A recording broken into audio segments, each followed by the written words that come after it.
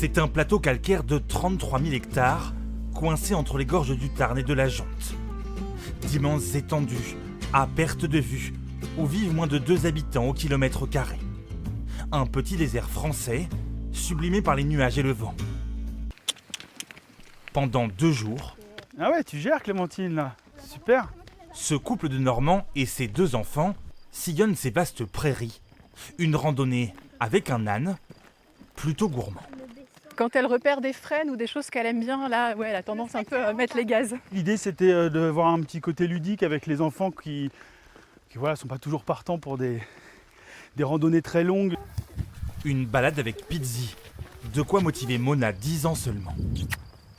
Elle est très cool, elle avance à notre rythme, elle est gentille, elle fait des câlins un petit peu. Le GR du Causse-Méjean, une boucle à travers ses paysages verdoyants, parfois à flanc de falaise, avec ses panoramas. Regarde les rochers là qu'on voit qui montent, regarde comme c'est beau là. Sur toute la vallée. Alors la rando est magnifique et la vue elle est tout autant. Ouais, c'est vraiment chouette. Ça fait du bien d'avoir des grands espaces devant soi. Et puis on profite. Le sud de la Lozère ne se déguste pas qu'avec les yeux. En plein cœur du Causse, cette fromagerie produit 20 variétés de fromage au lait de brebis. C'est une brique qui est cendrée et donc ça lui donne un côté crémeux onctueux. Alors là, on n'est pas sur de l'affiné, mais on a bien ce côté de brebis qui ressort. Le lait est produit dans un rayon de 25 km maximum autour de la fromagerie. À la soupe. Les brebis de cette éleveuse J'adore. Elle se prendrait presque pour des chevreuils, t'as regardé là-bas.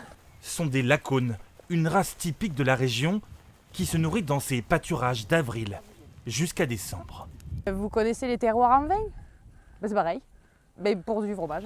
Et l'herbe, elle a un goût et du coup, les brebis, elles transmettent aussi ce goût-là dans le lait qu'elles font. Et nous, il y a le fromage, ben, on a un peu du goût du territoire sur lequel on est.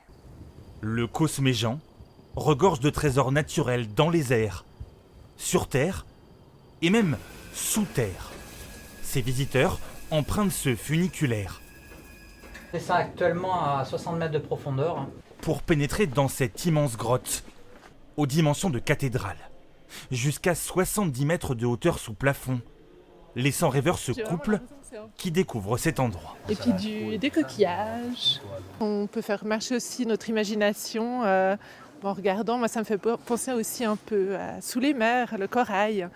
Depuis 30 millions d'années, goutte par goutte, l'eau de pluie façonne cette cavité, créant notamment cette forêt de stalagmites aux formes les plus extraordinaires.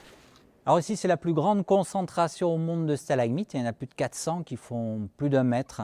Et la particularité de la veine Armand aussi, c'est ces concrétions en forme de cyprès ou de palmier. C'est très très rare. Ici, la plus haute mesure 30 mètres, l'une des plus grandes du monde. Un décor presque immobile, ces stalagmites ne grandissent que de quelques centimètres, tous les 100 ans. Et c'est impressionnant. Autre paysage spectaculaire situé, on l'a évoqué, entre le Causse de Sauveterre et le Causse-Méjean, les gorges du Tarn, évidemment, à découvrir à pied grâce à de nombreux sentiers de randonnée, mais aussi en barque aux côtés de bateliers, une activité qui a vu le jour dès le XIVe siècle pour des raisons commerciales et qui s'est ensuite développée à la fin du XIXe pour les touristes. À l'origine, c'était surtout un moyen de locomotion, parce qu'il faut savoir que dans les gorges du Tarn, avant 1905, il n'y a pas de route. Donc tous les villageois utilisent des barques pour se déplacer, aller chercher le raisin à la vigne, déplacer du matériel, aller à la pêche. Et donc ça a duré pendant des siècles dans la vallée. Et dès 1875, on a les premiers chemins de fer qui font Paris-Béziers et qui nous amènent les premiers visiteurs ici. Donc ils demandent d'avoir les grandes falaises des détroits et les belles parties des gorges. Et nous, les gens d'ici, ils vont mettre les chaises de cuisine dans les barques à marchandises. Et ça va partir comme ça pour les premières balades, déjà il y a 150 ans. Les premiers visiteurs arrivent en train de Paris jusqu'à Béziers. Après, ils prennent des petits trains jusqu'à la gare de Lacanourgue. Et ils viennent en charrette ensuite de Lacanourgue jusqu'ici, donc à Espagnac, l'entrée des gorges. Donc c'était les prémices, on va dire. Mais une fois que la route arrive, évidemment, ça va tout simplifier et ça va démocratiser le tourisme ici, c'est sûr. Nous, on est les derniers bateliers des gorges, puisqu'il n'y en a plus qu'à la Malène. Et on continue de transmettre un peu ce savoir qu'avaient nos parents, nos grands-parents et arrière-grands-parents. Et ça, c'est le côté transmission aujourd'hui qui est intéressant. Puisque dans les bateaux, vous avez les enfants du pays, on va dire. Tous les bateliers sont issus de la Malène et de familles de bateliers, donc il y a ce côté transmission qui est intéressant. J'ai repris l'activité, on va dire, vers 17-18 ans pendant mes études, et puis j'ai continué parce que finalement le bureau est pas mal, donc on y reste. Voilà pour ces bateliers amoureux de leur métier et qui ont à cœur de transmettre leur passion. Des bateliers établis, je vous le rappelle, dans le petit village de la Malène en Lozère.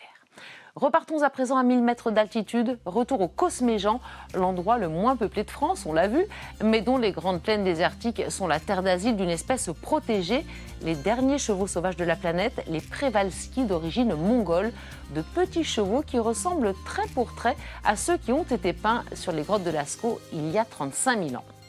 Et si l'on remonte encore plus loin, il y a 140 millions d'années, le paysage était bien différent. La mer recouvrait en effet la région des Grands Causses et c'est justement l'eau qui est à l'origine du chaos de Nîmes-le-Vieux, ce vaste champ de rochers né de la dissolution du calcaire.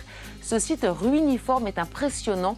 Il captive d'ailleurs l'imaginaire des visiteurs, chacun y associant la forme de la roche à un animal, un objet ou une posture selon sa vision. N'hésitez pas à aller expérimenter vous aussi. Lui n'est pas fait de roche, c'est même un monstre de béton et d'acier.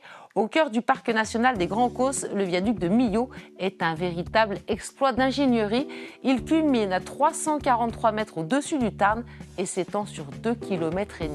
C'est le 3e plus haut pont du monde et c'est sur ce chef-d'œuvre architectural que l'on se quitte. À très vite sur France 3.